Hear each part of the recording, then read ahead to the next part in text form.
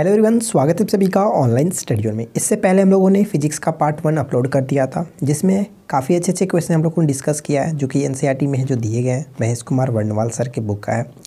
तो इसका ये सेकेंड पार्ट है और इसमें हम लोग पूरा फिजिक्स को ख़त्म करने वाले हैं और इसका जस्ट बाद हम लोग बायोलॉजी स्टार्ट करेंगे, ठीक है। क्योंकि बायोलॉजी का वेटेज एग्जाम्स में ज़्यादा रहता है, तो बायोलॉजी देखेंगे, उसके बाद केमिस्ट्री देखेंगे, ठीक है। तो चलिए शुरू करते हैं। और इसमें जितने भी क्वेश्चंस दिए गए वो काफ़ी अच्छे वाले क्वेश्चंस हैं, तो आप सभी क्वेश्चंस को अच्छे से ध्यान में रखेंगे। शुरू करते हैं। पहला क्वेश्चन क्या कह रहा है कि रमन प्रभाव का प्रकाश की उन किरणों से संबंध है जो आर पार जाती है।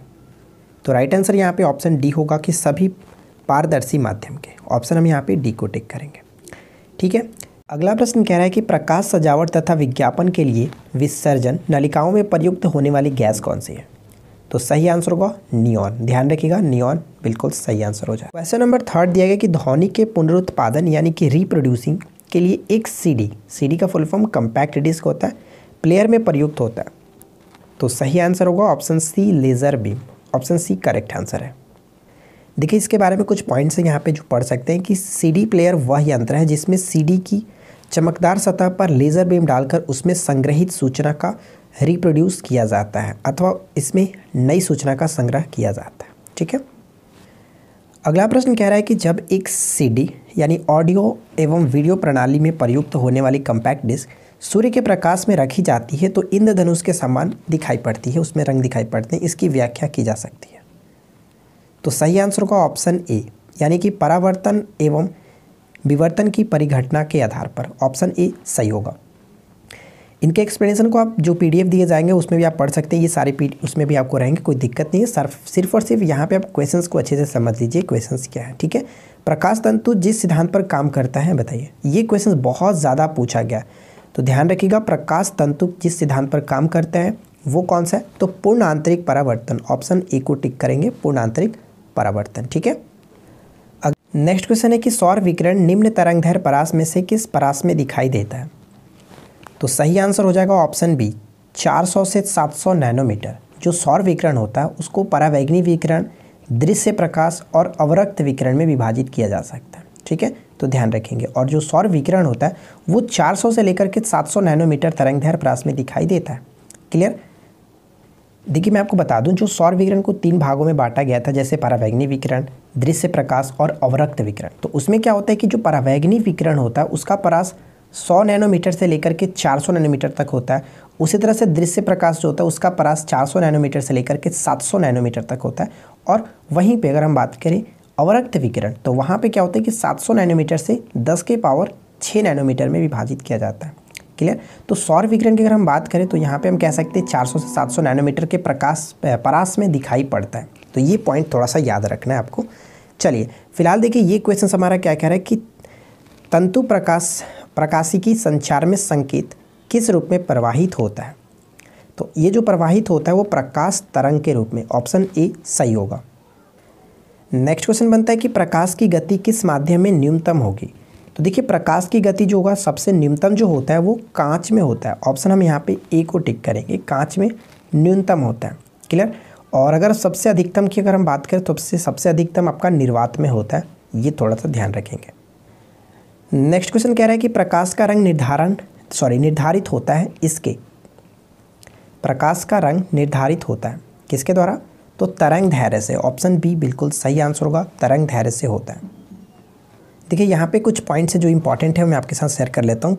यहाँ पे कह रहा है कि प्रकाश के रंग का निर्धारण उसकी तरंगदैर्घ्य से होता है। भिन्न भिन्न रंग के प्रकाश का तरंगदैर्घ्य भिन्न भिन्न होता है, ठीक है। लाल रंग का तरंगदैर्घ्य सबसे अधिक होता है और बैंगनी रंग का तरंगदैर्घ्य सबसे कम होता है। ये दोनों पॉइंट्स जो है वो बहुत ज़्यादा इंपॉर्टेंट है। ये कई बार पेपर में आपको देखने को मिलता है। लाल रंग का प्रकीर्णन जो होता है, प्रकीर्णन का मतलब होता है स्कैटरिंग, जो कि छितराना, जो ठीक है। तो इसलिए लाल रंग का रंग जो होता है इसको हम लोग सिग्नल के रूप में इसलिए प्रयोग किया जाता है क्योंकि ये बहुत कम स्कैटरिंग होता है, छितराता कम है, ठीक है। छितराने का मतलब कि बिखरता बहुत कम है, इस वजह से इसका प्रयोग हम लोग जो कि सिग्नल के रूप में करते हैं, ताकि इसका तरंगदैर्घ्य अधिक होता है तो ये काफ़ी लंबी दूरी तय कर लेती है और हम काफ़ी दूर से भी लाल रंग को देख पाते हैं। क्लियर। चलिए आगे की तरफ बढ़ते हैं। नेक्स्ट क्वेश्चन कह रहा है कि मृग मरीचिका का कारण क्या है। तो देखिए मृग मरीचिका का जो कारण होता है वो प्रकाश का पूर्ण आंतरिक परावर्तन। ऑप्शन डी को टिक करेंगे, प्रकाश का पूर्ण आंतरिक परावर्तन। नेक्स्ट क्वेश्चन कह रहा है कि वायुमंडल में प्रकाश के विसरण का कारण है। वायुमंडल में प्रकाश के विसरण का कारण क्या है? तो यहाँ पे कारण होगा ऑप्शन बी, धूल कण को टिक करेंगे, ऑप्शन बी बिल्कुल सही आंसर हो जाता है। एक्चुअली इसका कारण होता है प्रकीर्णन।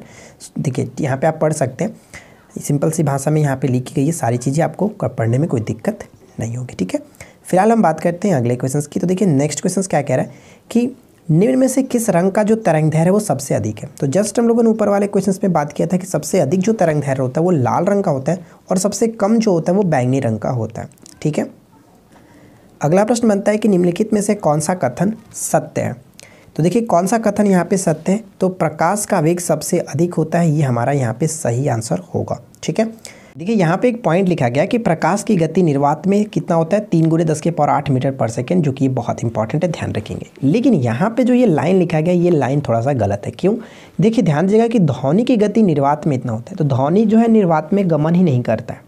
ध्वनि को चलने के लिए किसी न किसी माध्यम की ज़रूरत होती है, तो निर्वात में ध्वनि नहीं गमन करता है, तो ये पॉइंट आपका सीधा सीधा गलत हो जाता है। तो ये ध्यान रखेंगे, निर्वात में ध्वनि नहीं चलती है। ठीक है, तो ये पॉइंट सही है कि प्रकाश की जो गति होती है सदैव ध्वनि की गति से अधिक होता है। क्यों? क्योंकि आपने वो देखा होगा कि जब जो आसमान में बिजली चमकता है तो हमें पहले क्या होता है, पहले हम लोग उसका प्रकाश देख लेते हैं, लेकिन ध्वनि बाद में सुनाई देती है। तो इसका कारण यही है कि प्रकाश की गति जो है सदैव ध्वनि की गति से अधिक होती है। अगला प्रश्न कह रहा है कि प्रकाश विकिरणों की प्रकृति होती है। तो प्रकाश विकिरणों की प्रकृति कैसी होती है? ऑप्शन डी, अंशतः तरंग एवं अंशतः कण के समान, ऑप्शन डी राइट होगा। अगला प्रश्न ये बनता है कि निम्नलिखित ऊर्जा रूपांतरणों में से कौन सी प्रकाश संश्लेषण की प्रक्रिया द्वारा संपादित होती है? तो प्रकाश संश्लेषण में क्या होता है? प्रकाश जो ऊर्जा होता है वो रासायनिक ऊर्जा में परिवर्तित होता है। तो ऑप्शन ए को टिक करेंगे, प्रकाश ऊर्जा से रासायनिक ऊर्जा में, ऑप्शन ए सही आंसर है। नेक्स्ट क्वेश्चन कह रहा है कि एक तराशा हुआ हीरा चमकीला दिखाई देता है, इसका कारण क्या है? तो इसका कारण ये है कि पूर्ण आंतरिक परावर्तन के कारण, ऑप्शन सी बिल्कुल सही आंसर होगा। अगला प्रश्न कह रहा है कि जब दो समानांतर समतल दर्पणों के बीच कोई वस्तु रख दी जाती है तो बनने वाले प्रतिबिंबों की संख्या कितनी होगी? तो इस क्वेश्चन का सही आंसर क्या होगा? करेक्ट आंसर होगा ऑप्शन डी, यानी कि अनंत। ठीक है, ऑप्शन हम डी को टिक करेंगे। इसको आप सिंपल सी भाषा में इस तरह से समझ सकते हैं, मान के चलिए कि दो समानांतर दर्पण इस तरह से रखे गए, एक दर्पण यहाँ पे, एक दर्पण यहाँ पे, और कोई वस्तु यहाँ पे मैं रखता हूँ, इसका प्रतिबिंब इस पर बनाएगा, फिर से इसका प्रतिबिंब इस पर, और ये दोगा आपका चलता रहेगा, इसका प्रतिबिंब इस पे आता रहता, यानी ये आपका ख़त्म नहीं होगा, अनंत प्रतिबिंब बनता है। ठीक है, तो इसके बारे में आप एक्सप्लेनेशन यहाँ पे दिया गया, आप इसको पीडीएफ में पढ़ सकते हैं। फिलहाल ये आप चाहो तो इसको रोक करके भी पढ़ सकते हैं। ठीक है, चलिए फिलहाल हम देखते हैं नेक्स्ट क्वेश्चन क्या कह रहा है। अगला प्रश्न है कि किसी व्यक्ति का पूर्ण प्रतिबिंब देखने के लिए एक समतल दर्पण की न्यूनतम ऊंचाई कितनी होनी चाहिए? अगर कोई व्यक्ति अपना पूरा प्रतिबिंब देखना चाहते हैं तो वो कितने न्यूनतम लंबाई की वो दर्पण लेना चाहिए उसे, कि ताकि वो अपना पूरा बॉडी को देख सके? तो उसका आधा होना चाहिए, व्यक्ति की ऊंचाई का आधा होना चाहिए। अगर बात करें, अगर व्यक्ति 6 फीट का है तो जो दर्पण लेना चाहिए वो 3 फीट का होना चाहिए। ठीक है, 3 फीट का। तो ये अगर 3 फीट का दर्पण होगा तो वो अपनी पूरी ऊंचाई को देख सकता है काफ़ी आसानी से। ठीक है, ऑप्शन बी को टिक करेंगे। अगला प्रश्न ये कह रहा है कि कौन सा रंग इंद्रधनुष के मध्य में दिखाई देता है? तो इंद्रधनुष के मध्य में दिखाई कौन देता है? हरा। ठीक है, हरा, कोई दिक्कत नहीं होगी। अगला प्रश्न बनता है कि दोपहर के 12 बजे किस दिशा में इंद्रधनुष दिखाई देता है? तो देखिए दोपहर के 12 बजे किस दिशा में इंद्रधनुष दिखाई देता है? तो सही आंसर होगा दिखाई नहीं देता, ऑप्शन डी को टिक करेंगे। ठीक है, अगला प्रश्न क्या कह रहा है कि निम्नलिखित कथनों में से कौन सा एक सही नहीं है?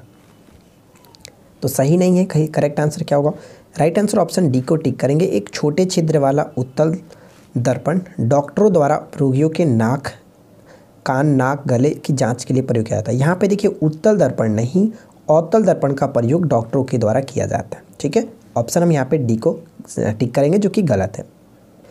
देखिए नेक्स्ट जो क्वेश्चन है वो बहुत ज़्यादा वीवीआई क्वेश्चन है, बहुत बार रिपीट होता रहता है कि निकट दृष्टि दोष ठीक किया जाता है। निकट दृष्टि दोष को ठीक करने के लिए हम क्या करते हैं? किस लेंस का प्रयोग करेंगे?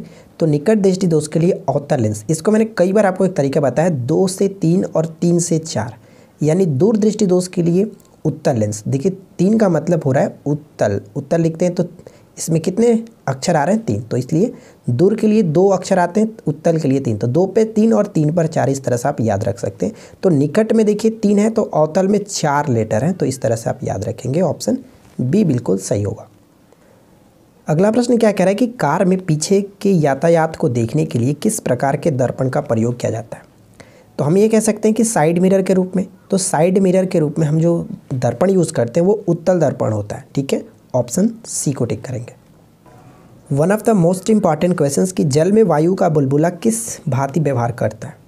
तो देखिए ये अवतल लेंस की भांति व्यवहार करता है। ऑप्शन हम डी को टिक करेंगे। आप इसको अच्छे से याद रखेंगे, बहुत ज़्यादा वीवीआई क्वेश्चन है ये। नेक्स्ट क्वेश्चन दिया गया कि प्रकाश के रंगों के अलग करने की क्या विधि है। तो देखिए प्रकाश के रंगों को हम किस तरह से अलग करते हैं। आपने देखा होगा, जनरली डेफिनेटली पढ़ा भी होगा कि सफ़ेद प्रकाश को प्रिज्म से होकर के गुजारते हैं तो ये 7 रंगों में विभक्त होता है। तो कहने का मतलब ये हुआ कि हम लोगों ने इस रंगों को अलग किया, प्रकाश के रंगों को अलग किया किस माध्यम से, तो एक प्रिज्म से रंगों को अलग किया जाता है। ऑप्शन हम ए को टिक करेंगे, ठीक है। अगला प्रश्न क्या कह रहा है कि दूरदृष्टि दोष वाले व्यक्ति के संबंध में निम्नलिखित कथनों में से कौन सा एक सही नहीं है। बताइए कौन सा सही नहीं है। तो सही आंसर होगा ऑप्शन डी, इस दोष को ठीक करने के लिए अवतल लेंस का प्रयोग किया जाता है। देखिए बात यहाँ पे दूरदृष्टि की जा रही है और यहाँ पे अवतल लेंस कहा जा रहा है, तो ये पॉइंट तो गलत है क्योंकि 2 पर 3 मैंने आपको जस्ट बताया, दूरदृष्टि दोष के लिए हम लोग उत्तल लेंस का प्रयोग करेंगे, यहाँ पे हमारा ये पॉइंट गलत हो जाता है। अगला प्रश्न कह रहा है कि प्रसारी विश्व यानी एक्सपैंडिंग यूनिवर्स की संकल्पना आधारित है, किस पर आधारित है। तो डॉपलर प्रभाव, ऑप्शन ए को टिक करेंगे, डॉपलर प्रभाव पर। इसके बारे में कुछ पॉइंट्स यहाँ पे पढ़ सकते हैं कि प्रभारी विश्व की संकल्पना डॉपलर प्रभाव पर आधारित है। डॉपलर प्रभाव के कारण आकाशगंगाओं के केंद्र से आने वाली प्रकाश में उत्पन्न लाल विचलन रेडशिफ्ट यह दर्शाता है कि वे हमसे दूर जा रही हैं, अर्थात हर दिशा में ब्रह्मांड का विस्तार हो रहा है, ठीक है। अगला प्रश्न कह रहा है कि प्रकाश तरंगे हैं। देखिए प्रकाश तरंगे क्या होती हैं। प्रकाश तरंगे विद्युत चुंबकीय तरंगे होती हैं। ऑप्शन हम सी को टिक करेंगे, ठीक है। नेक्स्ट प्रश्न बनता है कि प्रकाश विद्युत प्रभाव कहलाता है जब कोई पदार्थ, राइट आंसर होगा ऑप्शन डी, विद्युत आवेश इलेक्ट्रॉनों का उत्सर्जन करने लगे। ऑप्शन डी को टिक करेंगे।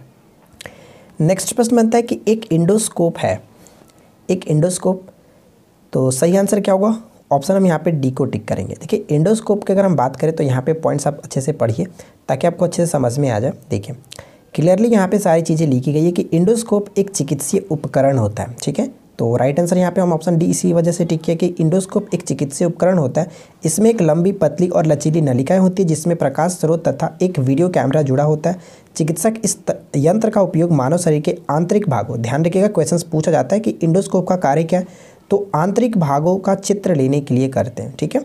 और इसे मानव के प्राकृतिक छिद्रों जैसे मुंह, नाक आदि मार्गों में शरीर में प्रवेश कराया जाता है और आंतरिक भागों का चित्र लिया जाता है, ठीक है। अगला प्रश्न ये कह रहा है कि सामान्य प्रतिदीप्त बल्ब की तुलना में फ्लोरोसेंट ट्यूब अधिक ऊर्जा दक्ष होते हैं, क्यों। तो इसका कारण हम यहाँ पे क्या करेंगे।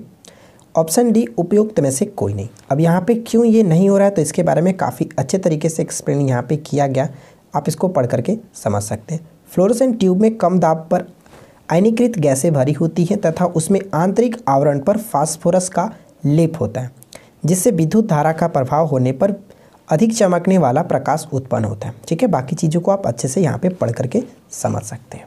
अगला प्रश्न कह रहा है कि विद्युत उपकरणों में अर्थ का प्रयोग किया जाता है। आपने डेफिनेटली सुना होगा अर्थ। तो देखिए अर्थ का प्रयोग हम लोग करते हैं सुरक्षा के लिए। ऑप्शन सी बिल्कुल सही आंसर हो जाता है। देखिए नेक्स्ट क्वेश्चन दिया गया कि मेंस विद्युत प्रदाय में फ्यूज का प्रयोग सुरक्षा युक्ति के रूप में होता है। फ्यूज के विषय में निम्नलिखित कथनों में से कौन सा सही है, कौन सा एक सही है। तो सही आंसर यहाँ पे हो जाएगा ऑप्शन सी, इसका गलनांक निम्न होना आवश्यक है, ठीक है। इसका गलनांक निम्न इसलिए होता है क्योंकि अगर जो सर्किट में विद्युत धारा अगर ज़्यादा प्रभावित होता है तो ये जो पूरे परिपथ को तोड़ देता है, इस वजह से यहाँ पे गलनांक इसका निम्न होना आवश्यक होता है। अगला प्रश्न बनता है कि सर्वाधिक विद्युत चालकता वाला तत्व कौन सा है। तो सर्वाधिक विद्युत चालकता वाला तत्व चांदी है। ऑप्शन ए को टिक करेंगे। अगला प्रश्न कह रहा है कि मानव शरीर की विद्युत प्रतिरोधकता होती है शुष्क स्थिति में। सही आंसर क्या होगा। ऑप्शन हम बी को टिक करेंगे, 10 की पावर 5 ओम। यहाँ पे एक क्वेश्चन और पूछा जा सकता है, वहाँ पे दिया गया था कि शुष्क स्थिति में। तो देखिए मानव शरीर की प्रतिरोधकता शुष्क स्थिति में 10 की पावर 5 ओम होता है, जबकि आर्द्र स्थिति में अगर हम बात करें तो 10 की पावर 3 ओम। ठीक है, तो ये दोनों पॉइंट्स इंपॉर्टेंट होगा, ध्यान रखिएगा। अगला प्रश्न ये कह रहा है कि जलते हुए विद्युत बल्ब के तंतु का ताप सामान्यतः होता है। तो सही आंसर क्या होगा? करेक्ट आंसर होगा ऑप्शन सी, यानी कि 2000 से 2500 डिग्री सेल्सियस। ठीक है, ऑप्शन सी को टिक करेंगे। देखिए इसके बारे में कुछ यहाँ पे पॉइंट्स लिखे गए, पढ़ सकते हैं कि विद्युत बल्ब में टंगस्टन धातु का तंतु फिलामेंट का लगा होता है। ये क्वेश्चन डायरेक्ट पूछा होता है कि टंगस्टन धातु का फिलामेंट जो है किसका बना होता है, तो टंगस्टन धातु का बना होता है। और बल्ब में विद्युत धारा प्रवाहित किए जाने पर तंतु का जो ताप होता है 1500 डिग्री से 2700 डिग्री तक होता है। और टंगस्टन का जो गलनांक होता है वो 3410 डिग्री, इसी के अराउंड होता है। ठीक है, ये थोड़ा ध्यान रखेंगे, इसी के आसपास दिया जाता है। तो 3410 डिग्री सेल्सियस होता है, ये ध्यान रखिएगा। देखिए सबसे ज़्यादा पूछा जाने वाला क्वेश्चन ये कि ट्रांसफार्मर किसके लिए प्रयोग में किया जाता है। तो ट्रांसफार्मर का प्रयोग हम लोग करते हैं किस लिए? तो सही आंसर होगा कि एसी वोल्टेज को घटाने या फिर बढ़ाने के लिए प्रयोग किया जाता है। ऑप्शन डी राइट होगा। इससे जुड़ी एक क्वेश्चन ये भी पूछा जाता है कि जो ट्रांसफार्मर होता है किस सिद्धांत पर कार्य करता है, तो विद्युत चुंबकीय प्रेरण के सिद्धांत पर कार्य करता है। ये थोड़ा सा पॉइंट इंपॉर्टेंट होगा, इसको भी ध्यान रखिएगा। अगला प्रश्न कह रहा है कि विद्युत धारा को यांत्रिक ऊर्जा में बदलने वाली मशीन है। विद्युत ऊर्जा को यांत्रिक ऊर्जा में कौन बदलता है? तो वो बदलता है विद्युत मोटर। ऑप्शन हम सी को टिक करेंगे। नेक्स्ट क्वेश्चन है कि बिजली के 3 पिन प्लग में सबसे लंबी पिन को जोड़ना चाहिए। आधार सिरे से। ऑप्शन ए सही होगा, आधार सिरे से। अगला प्रश्न कह रहा है कि आपस में जुड़ी 2 आवेशित वस्तुओं के बीच विद्युत धारा नहीं प्रवाहित होती है यदि वे हो। तो यदि वे हो समान विभव पर। ऑप्शन डी को टिक करेंगे, समान विभव पर। देखिए यहाँ पे पढ़ सकते हैं क्यों प्रवाहित नहीं होगी, तो वे समान विभव पर हो क्योंकि ओम के नियम के अनुसार विभव विद्युत धारा के समानुपाती होता है। अतः यदि विभव समान होगा तो धारा भी समान होगी और इस दिशा में धारा प्रवाहित नहीं होगी। ओम के नियम के अनुसार आपने पढ़ा होगा कि V बराबर आई आर होता है। ठीक है, V बराबर आई आर। अगर वोल्टेज के इक्वल यहाँ पे देखिए इसकी धारा भी होगा। ठीक है, धारा भी होगा वोल्टेज के बराबर, तो ये बढ़ेगा तो ये भी बढ़ेगा, तो यहाँ पे दोनों इक्वल हो जाएगा। उस दिशा में कह सकते हैं कि धारा प्रवाहित नहीं होगी। ठीक है, अगला प्रश्न कह रहा है कि एक तार के प्रतिरोध के विषय में गलत कथन है। तो गलत कथन यहाँ पे क्या होगा? सही आंसर ऑप्शन सी, यानी कि एक तार की अनुप्रस्थ काट के क्षेत्रफल के समानुपाती होता है, जबकि ये पॉइंट हमारा यहाँ पे गलत है। ये जस्ट इसका अपोजिट होता है, यूनिवर्सली प्रोपोर्शनल होता है। ये पॉइंट यहाँ पे गलत कह रहा है। किस तरह से गलत है मैं आपको वो भी बताता हूँ। आपने ये डेफिनेटली पढ़ा होगा कि जो देखिए तो मैं आपको बताता हूँ। आपने ये डेफिनेटली पढ़ा होगा कि जो रेसिस्टेंट होता है वो L अपॉन में A होता है। ठीक है, L अपॉन में A।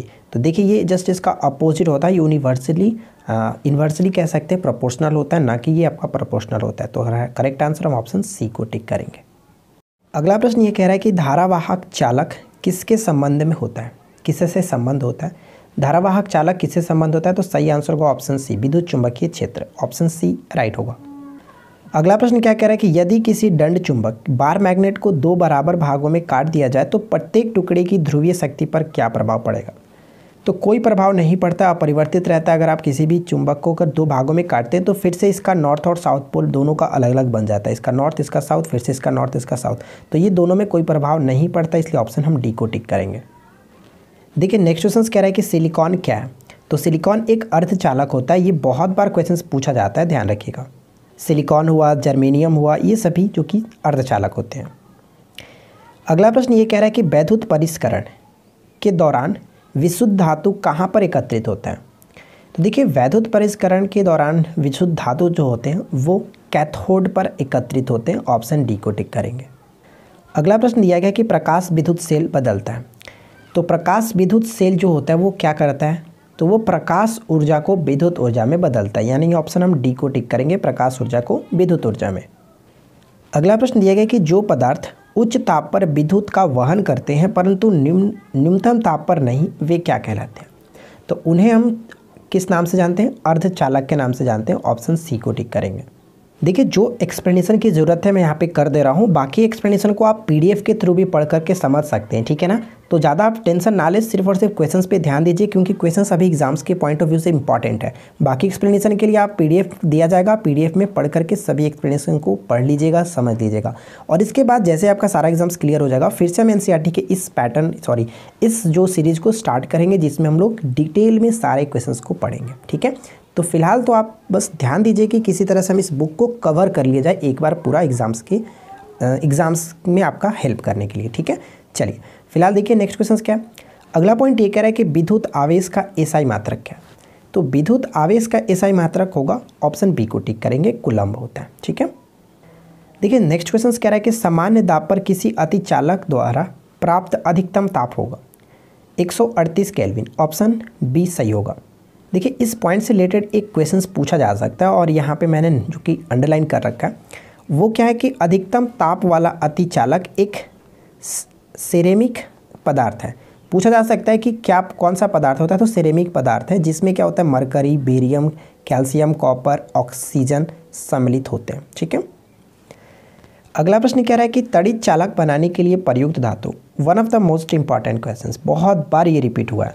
तड़ित चालक बनाने के लिए जो प्रयुक्त धातु होता है वो हम कह सकते हैं लोहा तथा तांबा। जनरली अधिकतम जो होता है वो तांबा का ही यूज़ किया जाता है। ठीक है, ऑप्शन सी को टिक करेंगे। नेक्स्ट क्वेश्चन कह रहा है कि अतिचालक का लक्षण है, तो ध्यान दीजिएगा, अतिचालक का लक्षण शून्य प्रतिरोधकता होता है। ठीक है, अच्छा एक क्वेश्चन पूछा जाता है कि अतिचालकता की खोज किसने की थी, तो कैमरलिंक ओंग्स ने की थी। ये पॉइंट ध्यान लिख के रखिएगा, कैमरलिंक ओंग्स 1911 में की थी। ठीक है, चलिए फिलहाल देखिए नेक्स्ट क्वेश्चन क्या है। अगला प्रश्न कह रहा है कि प्रत्यावर्ती धारा को दृष्ट धारा में बदला जाता है, किसके द्वारा। तो प्रत्यावर्ती धारा को दृष्ट धारा में हम लोग दृष्टकारी द्वारा बदलते हैं, ऑप्शन डी। दृष्टकारी हिंदी वर्ड है, लेकिन इंग्लिश में अगर इसको बात करें तो रेक्टिफायर। एक्चुअली अब जनरली एग्जाम्स में जो दिया जाता है वो इंग्लिश वर्ड ही दिया जाता है, तो रेक्टिफायर ही अक्सर आपको पेपर में देखने को मिलेगा। ठीक है, चलिए अगला प्रश्न कह रहा है कि बिजली के पंखे की गति बदलने के लिए प्रयुक्त उपकरण है। बिजली के पंखे की गति को बदलने के लिए प्रयुक्त उपकरण कौन सा है, रेगुलेटर, ऑप्शन हम बी को टिक करेंगे। तो पूरे गर्मी में तो आप यही करते हो, रेगुलेटर का यूज़ ही करते रहते हैं ना। अगला प्रश्न कह रहा है कि निम्न में से कौन सी धातु अर्धचालक के रूप में ट्रांजिस्टर में प्रयोग होती है। तो देखिए अर्धचालक के रूप में मैंने आपको बताया था, ऊपर सिलिकॉन होता है, जर्मेनियम होता है। तो यहाँ पे देखिए जर्मेनियम और सिलिकॉन ऐसे पदार्थ होते हैं जहाँ पे दिया गया, तो राइट आंसर हम ऑप्शन बी को टिक करेंगे, जर्मेनियम सही आंसर हो जाता है। बाकी चीज़ आप जो कि पीडीएफ में पढ़ लीजिएगा, फिलहाल हम लोग क्वेश्चंस को देख लेते हैं। ठीक है, अगला प्रश्न कह रहा है कि किसी अर्धचालक का प्रतिरोध गर्म करने पर क्या होगा। ये क्वेश्चन बहुत ज़्यादा इंपॉर्टेंट है। किसी अर्धचालक का प्रतिरोध गर्म करने पर क्या होता है, बहुत बार पूछा जाता है, घटता है, ध्यान रखिएगा। किसी अर्धचालक का प्रतिरोध गर्म करने पर जो कि घटता है, ताप बढ़ने पर अर्धचालक का प्रतिरोध कम होता है। ये डायरेक्ट क्वेश्चंस पूछा जाता है, देखने को मिलता रहता है। ठीक है, जबकि ताप कम होने पर प्रतिरोध बढ़ता है। ये पॉइंट आपको याद रखना है। ठीक है, अगला प्रश्न दिया गया कि वैद्युत आवेश को भंडारित करने के लिए प्रयुक्त उपकरण को कहते हैं। वैद्युत आवेश को भंडारित करने के लिए जो प्रयुक्त उपकरण होता है उसको हम लोग संधारित्र कहते हैं, जिसको इंग्लिश में कैपेसिटर कहते हैं। ठीक है, ऑप्शन बी सही होगा। नेक्स्ट क्वेश्चन कह रहा है कि निम्नलिखित में से सबसे अच्छा रोधक यानी इंसुलेटर कौन सा है। सबसे अच्छा जो इंसुलेटर है वो कौन सा है, तो करेक्ट आंसर यहाँ पे होगा ऑप्शन सी, कांच। इंसुलेटर क्या होता है थोड़ा सा समझ लीजिए। इंसुलेटर वह पदार्थ है जिस पर विद्युत क्षेत्र का कोई प्रभाव नहीं पड़ता है, ठीक है, तथा जिससे होकर विद्युत आवेश प्रवाहित नहीं होता है, उसी को कहते हैं इंसुलेटर। तो कांच यहाँ पे वही एक पदार्थ है। अगला प्रश्न कह रहा है कि टेलीविज़न के रिमोट में किस प्रकार के विद्युत चुंबकीय विकिरण का प्रयोग किया जाता है। अवरक्त विकिरण का प्रयोग करते हैं, ऑप्शन ए सही होगा। अगला प्रश्न कह रहा है कि जब दो लोग आपस में बात करते हैं तो कितने डेसिबल की ध्वनि उत्पन्न होती है। सही आंसर है लगभग 30 डेसिबल की ध्वनि उत्पन्न होती है। इसके बारे में कुछ पॉइंट्स यहाँ पे लिखा गया, जैसे कि ध्वनि की तीव्रता लोगों की बातचीत के प्रकार पर निर्भर करता है। जैसे फुसफुसाहट के लिए अगर बात करें तो 15 से 20 डेसिबल, सामान्य बातचीत के लिए 30 से 60 डेसिबल, तेज़ आवाज़ में बात के लिए 70 से 80 डेसिबल ध्वनि उत्पन्न होती है। अगला प्रश्न कह रहा है कि जब सितार तथा बांसुरी पर एक ही स्वर बजाया जा रहा हो तो उत्पन्न ध्वनि का भेद निम्नलिखित में से किसके अंतर से किया जा सकता है। ये क्वेश्चंस भी कई बार पूछा गया, तो ये ध्यान रखेंगे। सही आंसर यहाँ पे क्या हो जाता है, करेक्ट आंसर होगा ऑप्शन सी, यानी कि केवल ध्वनि गुणता के लिए। इसी के कारण हम लोग पहचान सकते हैं केवल ध्वनि गुणता, ऑप्शन सी सही होगा। अगला प्रश्न कह रहा है कि मनुष्यों के लिए शोर की सहन सीमा लगभग होती है। तो सही आंसर हो जाएगा ऑप्शन बी 85 डेसिबल। देखिए नेक्स्ट क्वेश्चन कह रहा है कि परासर्व वे ध्वनियाँ हैं जिनका आवृत्ति होता है। इसके बारे में हम लोगों ने कल की वीडियो में भी बात किया था। तो परासर्वित जो ध्वनि तरंगें होती हैं वो 20,000 हर्ट्ज से अधिक होती हैं। ऑप्शन हम ए को टिक करेंगे, जिन्हें हम नहीं सुन सकते हैं। ठीक है, देखिए कुछ पॉइंट्स यहाँ पे लिखे गए, जैसे परासर्वित जो ध्वनियाँ होती है जिसको इंग्लिश में अल्ट्रासोनिक साउंड्स कहते हैं, कि आवृत्ति 20,000 हर्ट्ज से अधिक होती है। ठीक है, कभी कभी 20 किलो हर्ट्ज लिख सकता है या फिर इस तरह से लिख सकता है। तो जो मनुष्य होते हैं सामान्यतः उन्हीं ध्वनियों को सुन सकते हैं जिनकी आवृत्ति 20 हर्ट्ज से लेकर के 20,000 हर्ट्ज के मध्य होती है। ध्यान रखिएगा, मध्य होती है। कुछ जीव जैसे व्हेल, कुत्ता आदि परासर्वित ध्वनियों को सुन सकते हैं। ठीक है, अगला प्रश्न कह रहा है कि चंद्रमा के धरातल पर दो व्यक्ति एक दूसरे से बात नहीं कर सकते हैं, क्योंकि? इसका सिंपल सा कारण है क्योंकि चंद्रमा पर वायुमंडल नहीं है। ऑप्शन बी बिल्कुल सही होगा। अगला प्रश्न कह रहा है कि जब टीवी स्विच ऑन किया जाता है तो क्या होता है? सही आंसर होगा कि ऑप्शन ए, यानी कि ऑडियो विजुअल दोनों एक साथ प्रारंभ होते हैं। ऑप्शन ए को टिक करेंगे। देखिए यहाँ पे थोड़ा सा आप सोच रहे होंगे कि एक्चुअली आपको ये पता कि ये लाइन आपने डेफिनेटली सोचा होगा अभी फ़िलहाल कि ध्वनि का वेग प्रकाश की तुलना में तो कम होता है, इसलिए समांतर दृश्य पहले दिखाई देने चाहिए थे। लेकिन इसके बारे में आप यहाँ पे अच्छे तरीके से पढ़ करके समझ सकते हैं कि क्या कंडीशन होता है। ठीक है, तो इसके लिए देखिए क्या होता है कि टेलीविज़न में ऑडियो सिंक्रोनाइज़र नामक एक उपकरण लगाया जाता है जो कि त्रुटि को दूर कर देता है। ठीक है, ये क्वेश्चन पूछा जा सकता है, तो ये पॉइंट इंपॉर्टेंट हो जाता है। अगला प्रश्न कह रहा है कि ध्वनि तरंगे क्या है? बताइए, ध्वनि तरंगे सही आंसर क्या होगा? तो राइट आंसर यहाँ पे होगा ऑप्शन डी, यानी कि ठोस तथा गैस दोनों माध्यम में चल सकती है। ठीक है, ऑप्शन हम यहाँ पे डी को टिक करेंगे। अगला प्रश्न कह रहा है कि म्यूजिक कंस्ट्रक्ट्स के लिए प्रयोग किए जाने वाले हॉल की दीवारें इस प्रकार निर्मित होती हैं कि वे? तो सही आंसर होगा ऑप्शन डी, ध्वनि का अवशोषण कर सकें। ऑप्शन डी राइट होगा। अगला प्रश्न कह रहा है कि लगभग 20 डिग्री सेल्सियस के तापक्रम पर किस माध्यम में ध्वनि की गति अधिकतम रहेगी? तो इस क्वेश्चन का सही आंसर हमारा हो जाएगा ऑप्शन डी, यानी कि लोहा। इसके बारे में थोड़ा सा आप यहाँ पे पढ़ सकते हैं कि ध्वनि की गति माध्यम के घनत्व एवं प्रत्यास्थता यानी इलास्टिसिटी पर निर्भर करती है। जिस माध्यम का घनत्व एवं प्रत्यास्थता अधिक होता है उसमें ध्वनि की गति अधिक होती है। स्पष्ट है कि 20 डिग्री सेल्सियस तापक्रम पर लोहे में ध्वनि की गति जो कि अधिकतम होगी। ध्यान रखिएगा। अगला प्रश्न ये कह रहा है कि नीचे दिए गए विकल्पों में से किसमें ध्वनि आर पार नहीं जा सकती है? तो सही आंसर क्या है? राइट आंसर होगा ऑप्शन हम बी को टिक करेंगे, क्योंकि निर्वात में ध्वनि का गमन नहीं होता है। ऑप्शन बी सही होगा। अगला प्रश्न क्या कह रहा है कि ध्वनि तरंगे किसके कारण प्रतिध्वनि उत्पन्न करती है? ये क्वेश्चन भी बहुत ज़्यादा वीवीआई है। तो ध्वनि तरंगे किसके कारण प्रतिध्वनि उत्पन्न करती है? तो परावर्तन के कारण। ठीक है, ऑप्शन सी यहाँ पे सही आंसर हो जाता है। चलिए आगे की तरफ बढ़ते हैं। यहाँ पे कुछ पॉइंट्स इसके बारे में लिखे हैं, आप इसको चाहो तो पढ़ सकते हैं। नेक्स्ट क्वेश्चन देखिए क्या है कि किसी ध्वनि स्रोत की आवृत्ति में होने वाले उतार चढ़ाव को क्या कहते हैं? तो उतार चढ़ाव को हम लोग क्या कहते हैं? जो कि डॉपलर इफेक्ट। ठीक है, ऑप्शन बी सही आंसर होगा। देखिए कभी कभी इसका जो एग्जाम्पल है वो डायरेक्ट पूछा जाता है आपका। देखिए ये एग्जाम्पल आप एक बार थोड़ा सा पढ़ लीजिए। क्या कहे कि इसी कारण है कि पास आती हुई एम्बुलेंस का जो सायरन है अधिक तीव्र सुनाई देता है, जबकि दूर जाने पर उसकी ध्वनि धीमी हो जाती है। इसी एग्जाम्पल को थोड़ा सा घुमा करके ट्रेन पे भी पूछा जाता है। ठीक है, कि पास आती ट्रेन का जो हॉर्न होता है वो काफ़ी तेज़ सुनाई देता है। ठीक उसी तरह से यहाँ पे समझिएगा। तो ये हमारा होता है डॉपलर इफेक्ट के कारण। ठीक है, देखिए नेक्स्ट क्वेश्चन कह रहा है कि निम्नलिखित में से कौन सा कथन सही नहीं है? तो यहाँ पे सही आंसर क्या होगा? किसी परमाणु के नाभिक का टूटना संलयन कहलाता है। ये हमारा गलत है, क्योंकि किसी भी नाभिक का टूटना वो हमारा विखंडन कहलाता है। ये पॉइंट हमारा गलत हो जाता है। नेक्स्ट क्वेश्चन दिया गया कि आधुनिक आयुर्विज्ञान यानी कि मेडिकल साइंस में नाभिकीय औषधि नैदानिक और उपचार के प्रभावी उपकरणों के रूप में उभर रही है। ये वास्तव में है? सही आंसर होगा option C, radio isotopes. Option C correct होगा। नेक्स्ट क्वेश्चन दिया गया है निम्नलिखित में से कौन सा तत्व परमाणु ईंधन की श्रेणी में नहीं आता है? परमाणु ईंधन की श्रेणी में नहीं आता है। सही आंसर क्या होगा? ऑप्शन ए, कैडमियम इसके अंतर्गत नहीं आता है। तो यहाँ पे कैडमियम से रिलेटेड एक क्वेश्चन दिया गया जो कि आप अच्छे से इसको पढ़ करके समझिएगा और ध्यान में भी रखना है, क्योंकि पेपर में आपको अक्सर देखने को मिलता है कैडमियम। ठीक है, देखिए कैडमियम की छड़ का उपयोग देखिए परमाणु रिएक्टर में नियंत्रक छड़ों के रूप में किया जाता है। ये सबसे इंपॉर्टेंट पॉइंट बनता है कैडमियम से रिलेटेड। नेक्स्ट क्वेश्चन बनता है कि भारत का प्रथम परमाणु ऊर्जा केंद्र है, तो भारत का प्रथम परमाणु ऊर्जा केंद्र जो हो तारापुर परमाणु ऊर्जा केंद्र, ऑप्शन बी को टिक करेंगे, महाराष्ट्र में। इससे देखिए एक दो क्वेश्चन पूछा जाता है, जैसे कि तारापुर परमाणु केंद्र भारत में स्थापित पहला परमाणु ऊर्जा केंद्र था जिसका संचालन वर्ष 1969 में प्रारंभ हुआ था। इसकी स्थापना किसके सहयोग से, तो भारत, अमेरिका तथा अंतर्राष्ट्रीय परमाणु ऊर्जा एजेंसी के मध्य 123 समझौतों के अंतर्गत अमेरिका के सहयोग से किया गया था। ये क्वेश्चन पूछा जाता है, ठीक है। नेक्स्ट क्वेश्चन बनता है कि एक रेडियोधर्मी पदार्थ की अर्ध आयु 10 दिन है, तो इसका अभिप्राय यह है कि सही आंसर होगा ऑप्शन सी, पदार्थ के 3/4 यानी कि 3/4 भाग का विघटन 20 दिन में हो जाएगा। नेक्स्ट क्वेश्चन दिया गया कि पोखरण नाभिकीय परीक्षण 1974 का आधिकारिक कोड था। देखिए ये क्वेश्चन इंपॉर्टेंट है।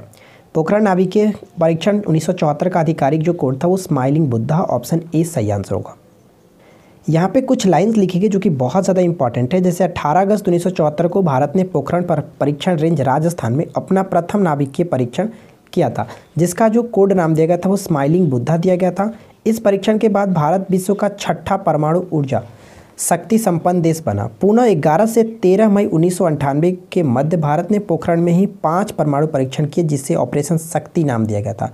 ये दोनों क्वेश्चन इंपॉर्टेंट होता है, ठीक है। और यहाँ पे ध्यान दीजिएगा कि 11 मई को, ध्यान दीजिएगा 11 मई जो है इसी के उपलक्ष्य में 11 मई को प्रत्येक वर्ष राष्ट्रीय प्रौद्योगिकी दिवस के रूप में भी मनाया जाता है। अगला प्रश्न क्या बनता है कि भारत में प्रचुर मात्रा में उपलब्ध महत्वपूर्ण नाभिकीय ईंधन है।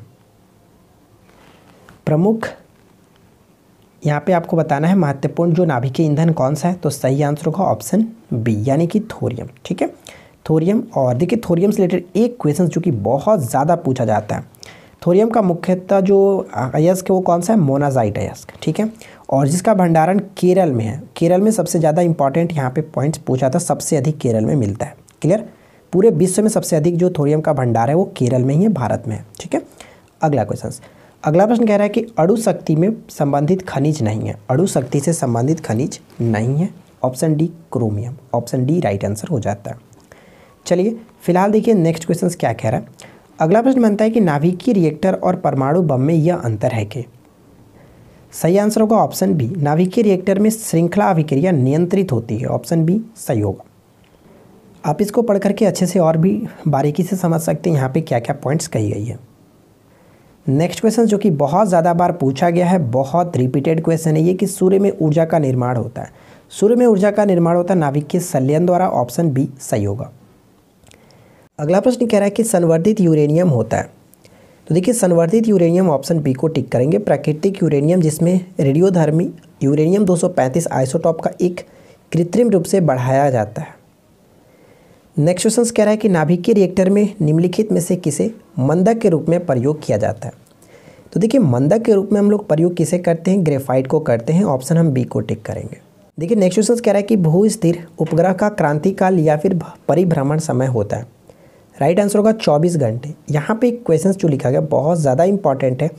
ये पॉइंट है कि भू स्थिर उपग्रह पृथ्वी से कितने किलोमीटर की ऊंचाई पर लगाए जाते हैं, जो 36,000 किलोमीटर, ध्यान रखिएगा 36,000 किलोमीटर की ऊंचाई पर लगाए जाते हैं, स्थापित किए जाते हैं। अगला प्रश्न है कि वायुमंडल पृथ्वी से जुड़ा रहता है क्यों। वायुमंडल पृथ्वी से जुड़ा रहता है क्यों, तो सही आंसर इसका ये कि पृथ्वी के गुरुत्वाकर्षण के कारण, गुरुत्व के कारण, ऑप्शन ए सही आंसर होगा। नेक्स्ट प्रश्न ये बनता है कि गुरुत्वाकर्षण के नियम को किसने परिभाषित किया। तो गुरुत्वाकर्षण के नियम को परिभाषित किया गया था न्यूटन के द्वारा, सभी को पता है, ठीक है। अगला प्रश्न ये कह रहा है कि अंतरिक्ष यात्री द्वारा अंतरिक्ष यान से बाहर कोई वस्तु गिराने पर वस्तु, राइट आंसर यहाँ पे क्या होगा, ऑप्शन सी, यानी कि अंतरिक्ष यान की गति का अनुसरण करेगी, ऑप्शन सी बिल्कुल सही आंसर है। और इसके बारे में आप थोड़ा सा यहाँ पे पढ़ करके समझ सकते हैं। जब कोई वस्तु अंतरिक्ष यान के भीतर होती है तो वो अंतरिक्ष यान की गति ग्रहण कर लेती है, इसलिए जब वस्तु यान के बाहर गिराई जाएगी तो वह यान की गति से ही गति करने लगती है। देखिए अगला जो प्रश्न कह रहा है कि गुरुत्वाकर्षण क्षेत्र की तीव्रता पृथ्वी पर कहाँ अधिकतम होगी। तो सबसे अधिकतम जो होता है वो ध्रुव पर होता है। इसके लिए यहाँ पे छोटा सा पॉइंट लिखा गया, मैंने लिख रखा है कि अधकवि। अधकवि का मतलब ये हुआ कि अधिक जो होता है वो ध्रुव पर होता है और कम जो होता है वो विषुवत रेखा पर होता है। आप इसको थोड़ा सा समझ सकते हैं, अधकवि से याद रख सकते हैं। अगला प्रश्न ये कह रहा है कि पृथ्वी के गुरुत्वीय त्वरण से संबंधित असत्य कथन है। तो सही आंसर क्या होगा? ऑप्शन डी को टिक करेंगे। यदि पृथ्वी के घूर्णन गति में वृद्धि हो जाए तो इसके गुरुत्वीय त्वरण का मान कम हो जाएगा। तो इसके बारे में हम अच्छे से समझने के लिए चलिए आगे की तरफ बढ़ते हैं और यहाँ पे पॉइंट्स जो लिखे गए हैं इस पॉइंट्स को समझ लेते हैं। देखिए क्या कह रहे हैं कि पृथ्वी के गुरुत्वाकर्षण के कारण नीचे गिरती हुई वस्तु के वेग में 1 सेकंड में जितनी वृद्धि होती है उसे गुरुत्वीय त्वरण कहते हैं, जिसे समानतः जी से डिनोट किया जाता है और इसका वैल्यू 9.8 मीटर प्रति सेकंड यहाँ पे स्क्वायर होना चाहिए। ठीक है, मीटर प्रति सेकंड स्क्वायर होता है, से व्यक्त किया जाता है। पृथ्वी की त्रिज्या कितना होता है? पृथ्वी की त्रिज्या केंद्र से सतह की दूरी से कम होने पर गुरुत्वीय त्वरण बढ़ता है, जबकि पृथ्वी की घूर्णन गति बढ़ने पर गुरुत्वीय त्वरण का मान कम हो जाता है। ठीक है, तो यहाँ पे थोड़ा ये पॉइंट आपको ध्यान में रखना है।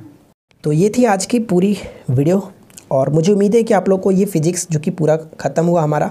तो अगर आप वीडियो अच्छी लगी हो तो वीडियो को लाइक कीजिए, अपने दोस्तों के साथ शेयर कीजिए। अगर आपने इससे पहले का पार्ट 1 नहीं देखा फिजिक्स का तो उसको भी देख लीजिए, उसमें भी करीब आपको 100+ क्वेश्चंस कराए गए थे और मुझे उम्मीद है कि इसमें भी लोगों ने 100+ क्वेश्चंस ही किया होगा।